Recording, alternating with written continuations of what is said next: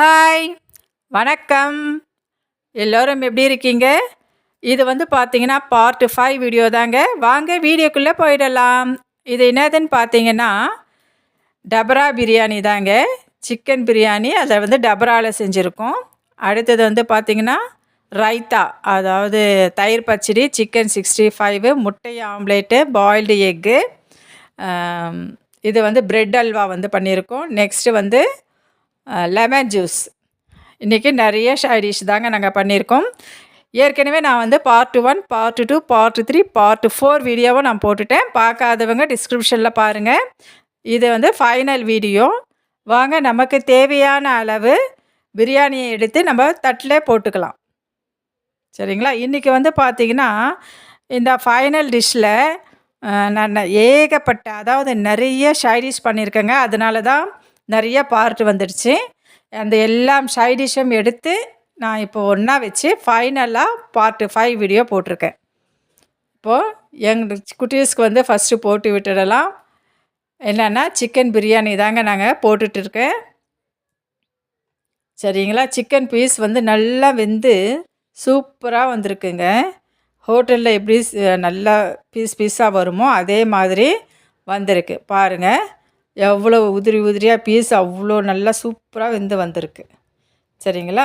இப்போ நம்ம என்ன பண்ணலான்னா, இதுக்கு ஃபஸ்ட்டு நம்ம சைட் டிஷ் என்ன வச்சுக்க போகிறோன்னா சிக்கன் 65 தாங்க. நான் ஏற்கனவே பார்ட் 4 வீடியோவில் சிக்கன் 65 பொரிச்சதை காமிச்சிருந்தேன். அதையும் போயிட்டு பாருங்கள். யாரெல்லாம் என்னுடைய இந்த பார்ட் 5 வரையும் பார்த்துட்டு இருக்கிறீங்கன்றதையும் எனக்கு கமெண்ட்டில் சொல்லுங்கள்.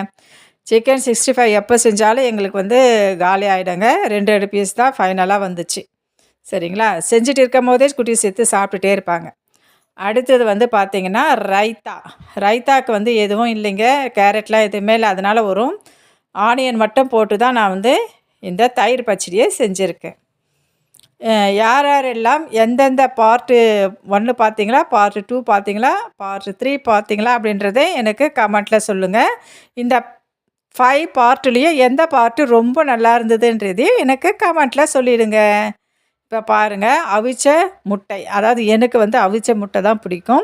சில்ட்ரன்ஸுக்கு மசாலா எக் ஆம்லேட். இது ஏற்கனவே நான் பார்ட் 3 வீடியோவில் போட்டிருந்தேன்.